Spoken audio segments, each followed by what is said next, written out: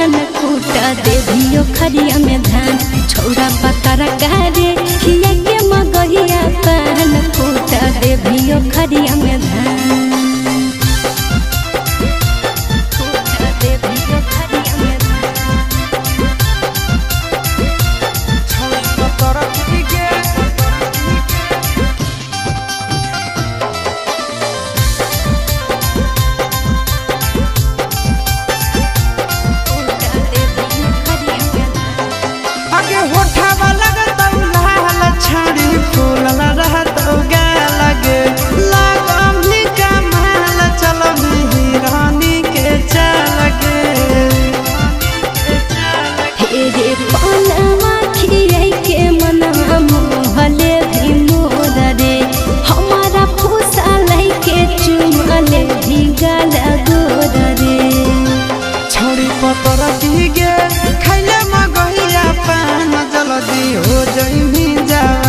छोड़ा पतर गारे खिया के मगहिया पान कूटा देवियो खरिया में धान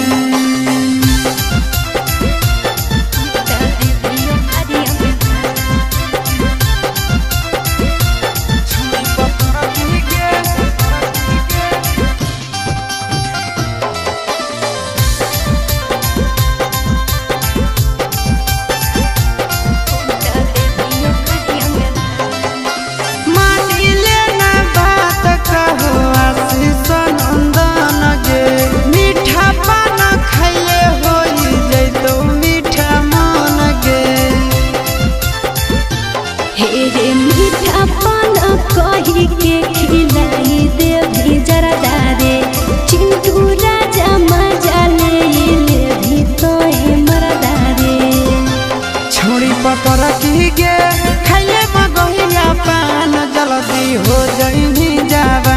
छोड़ा पतर गारे खिया के मगहिया पान कूटा देवियो खरिया में